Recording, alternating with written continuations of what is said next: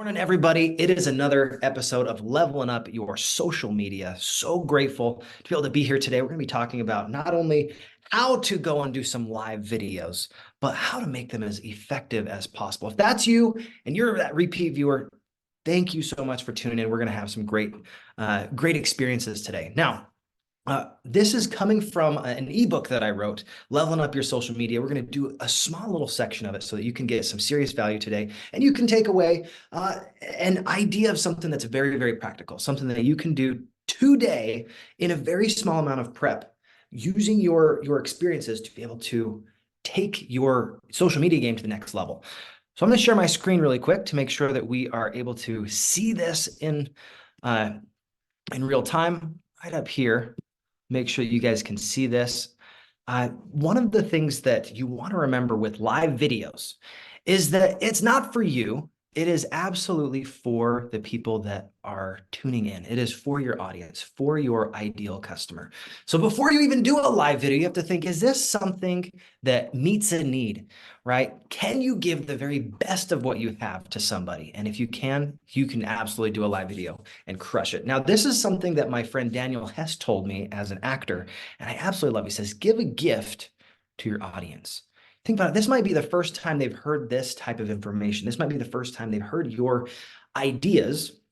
And one of the things that I hope I can impress upon you today is that when you're doing a live video, it's not just, hey, I'm going to share some information. If you follow some basic frameworks, right, a formula, you can start to have a lot better experience and allow your viewers to be able to get something from your videos. So we're going to start here. Check this out. If you begin with the end in mind, you can figure out what is that call to action? What is that thing that I want my viewer to actually be able to do with the information I'm sharing with them. Now, when I was a teacher, I taught Mandarin Chinese and theater in high school, got a background in real estate investing, absolutely love what I do. But one of the things that I learned as a teacher that is absolutely applicable when you're doing live videos is you want to think of what is the student outcome? What is the thing that I want them to take away? Right? So check this out. If you begin with the end in mind, what is the action that you want your viewer to take? Right? You can feel free to share this video. That's one type of call to action. You can say, hey, tag them in the comments, right? In this section below, comment below. You can have emojis. Hey, if you love this, go ahead and put a fire in the chat. If you're awake, put a high five emoji up there. There are so many different ways you can create engagement. And the thing is, engagement and eyeballs, that's part of the game. One of the reasons you do live videos is so that people can get to know, like, and trust you. Now, when you begin with the end in mind, before you even start your video, you have to think, what is it that I want them to do? I already know what I want you guys to do. I want you to do a 2 to 4 minute live video this week. If you've never done one before, fantastic. Go and figure out, what are you already an expert in? What is something that you would love your ideal customer to take action on so that they can get closer to your customer journey? Maybe it's opting into an ebook that you've written. Maybe it is subscribing to your YouTube channel. Maybe it is booking a one-on-one call. What is that call to action that you want your end user to take?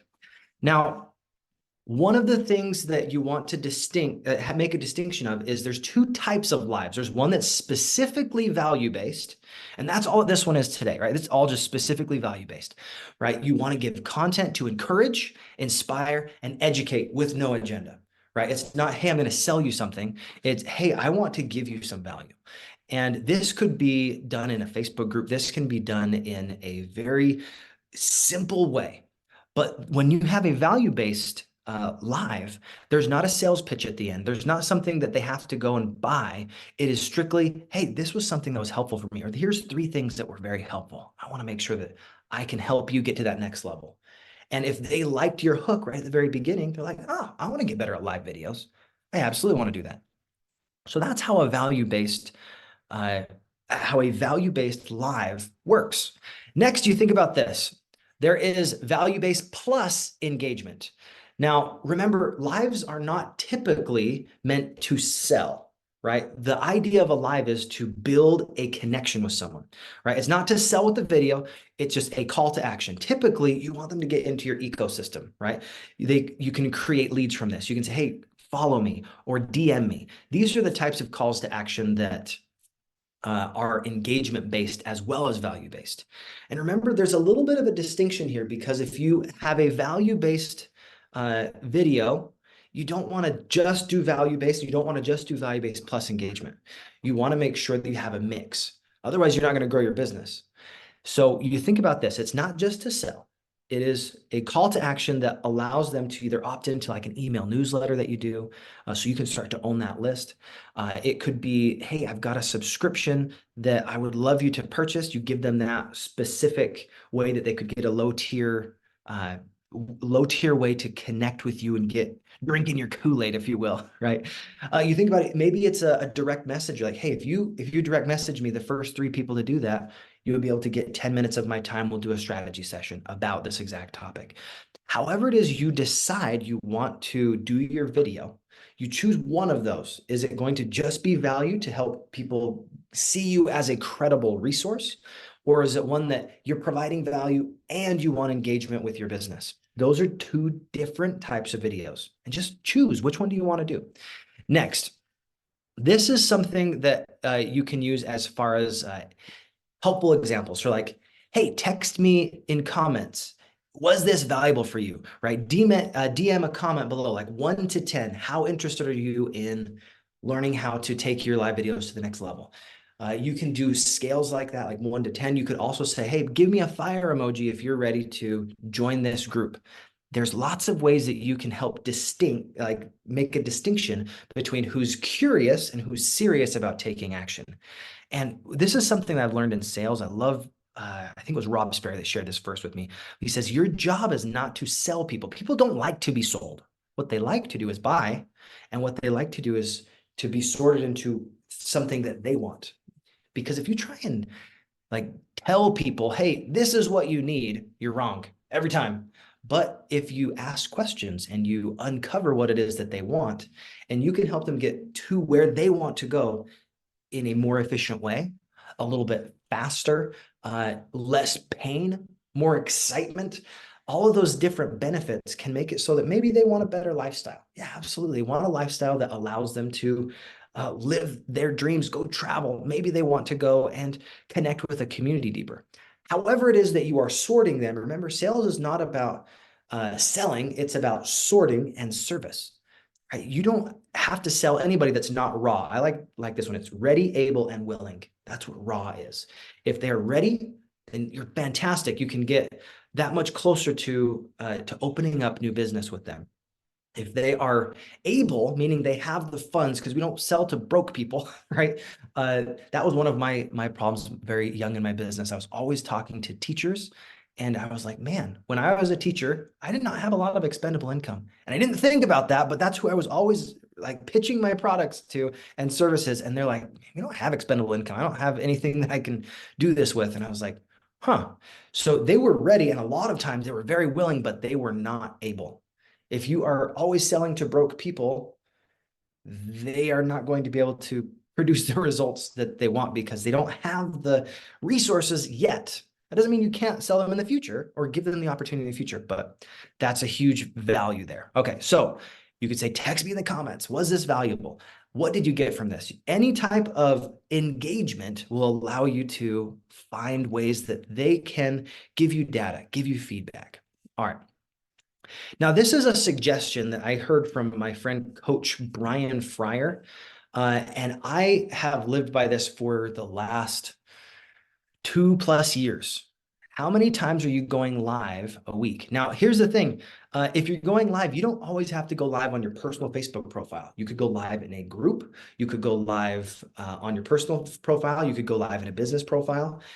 All of those count towards these 2 to 3 lives because you want people to know, like, and trust you. You want people to be able to see you as an authority or a borrowed expert. A few days ago, I was talking about the difference between being eminent or I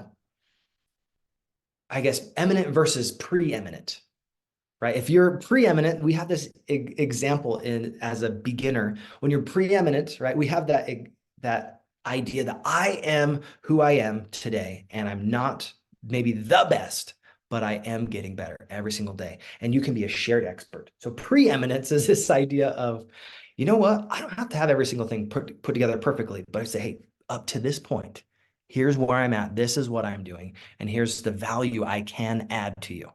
So 2 to 3 lives per week. And these are pieces of content that are typically a mix. You've got your value-based and you've got your value-based plus engagement.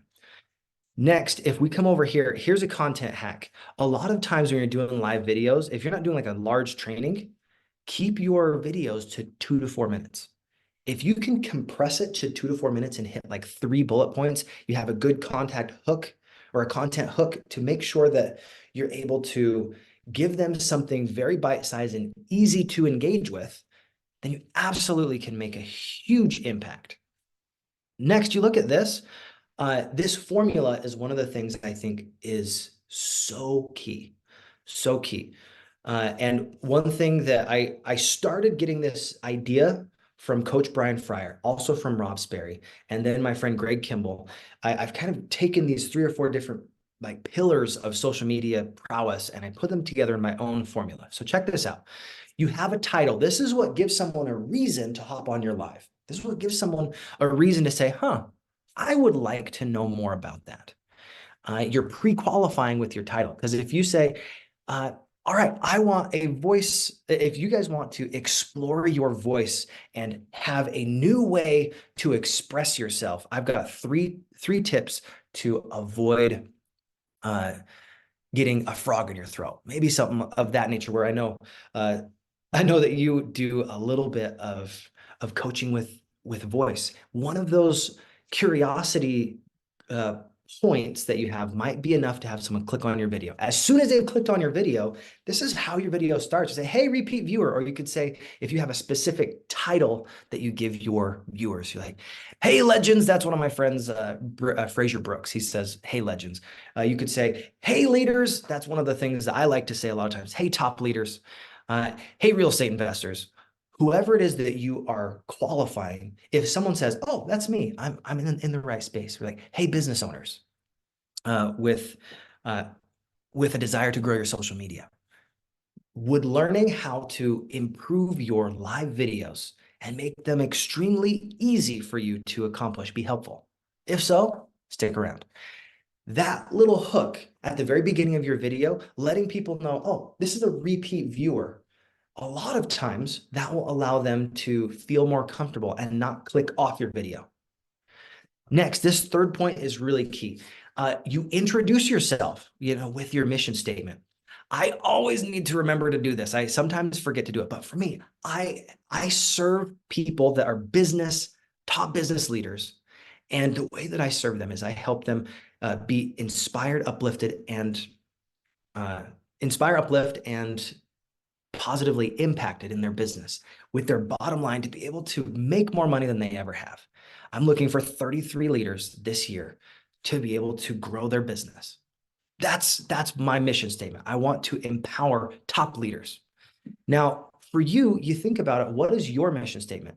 A lot of times a mission statement can be even simpler than that. It could be who you serve and then how you serve them with a benefit, and maybe with a lack, like some type of pain that you throw in there too. So you're like, if you are a fix and flipper, maybe you'd say, hi, I help struggling,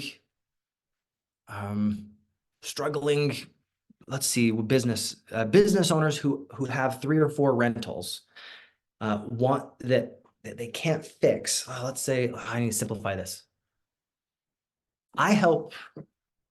Who's someone that you would look for as a fix and flipper? Because I'm not typically a fix and flipper. So I'm looking for a, who do fix and flippers look for? They're looking for people that are wanting to get out of their house.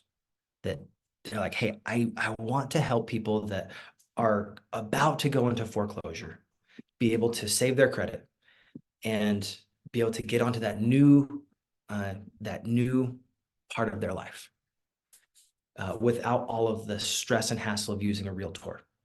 There you go. That might be one for a fix and flipper, whatever your mission statement is, and then you welcome them to your call. So introduce yourself with a mission statement, and you can work your mission statement. You can practice it. You can figure out what it is that you want to put together, and then your content. Keep it simple, like 3 points or so. And then after you've got that content, you've boiled it down to something easy for your audience to understand, then you give them that commitment. And remember, you begin with the end in mind. So you hit that commitment. You can even do it at the very beginning if you'd like. Say, hey, this is what I intend for you to get out of this. You go through it and you're like, did you get that? So you give them that commitment, that call to action, and you can have steps plus benefits. So you think about it this way. If you can give them simple steps, something that they can execute, then they can go on to that next step and do something with what you shared with them. So once again, with that formula, you in your title, before they even start the video, you pre-qualify as much as you can so that the people that actually want to be in your ecosystem opt in. They're like, oh, I would like to learn that. And they give a little curiosity click. And then you start, hey, repeat viewer, or you really dial in who it is that you're talking to. Hey, top leaders, would learning how to improve your YouTube channel be helpful? If yes, stick around. Or would hearing the top 3 reasons why you don't need to buy an expensive camera to do YouTube be helpful? Whatever it is that you have that you're an expert in that you can give that's of value, that's what you can give a live on. And then you say your introduction, who you are, your mission statement, keep it simple, and then get right into the content. Typically, the hook and your intro should be less than 30 seconds, maybe a minute if you're pushing it, but you want to make sure you get right into the content so that people don't click off. We have this almost TikTok mentality. We have to get right to the point. And when you get to the point and you're pointed and sharp with it, it allows you to make a difference with people. And then you give them that commitment and then you hop off. And then you engage with them after they've watched the video. A lot of times you'll have like a specific call to action. Like, hey, how did it go? What did you get from this? What were some of the benefits that came from you doing X, Y, or Z? Then you can take that conversation and you can continue engagement. So this last little bit right here, remember, a reach out and expose people to what it is that you do. So after you've done your live, right? I'll give you an example here. So after you have done your live video, I'm going to pull up my Facebook really quick. Can you see my screen still? We'll find out. Hit share. I'll share my screen one more time. My little cat's trying to get out. 1 second. He's stuck. Give me one second. Okay, hop on out, buddy. Go. He got stuck in here. That's awesome. Okay. So when you pull up Facebook, I'll show one of the lives that I did recently. So I did a live yesterday, okay? And then someone said, hey, thank you. And I reached back out and I made some engagement because it's not necessarily the amount of people that comment, it's do you respond to the people that talk to you? Do you actually do something with that engagement?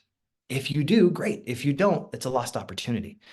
Let's give another example. So down here, I did a 6-second live. I got a chip in my window. I was like, dang it. And you get some comments. And then I responded to the comments.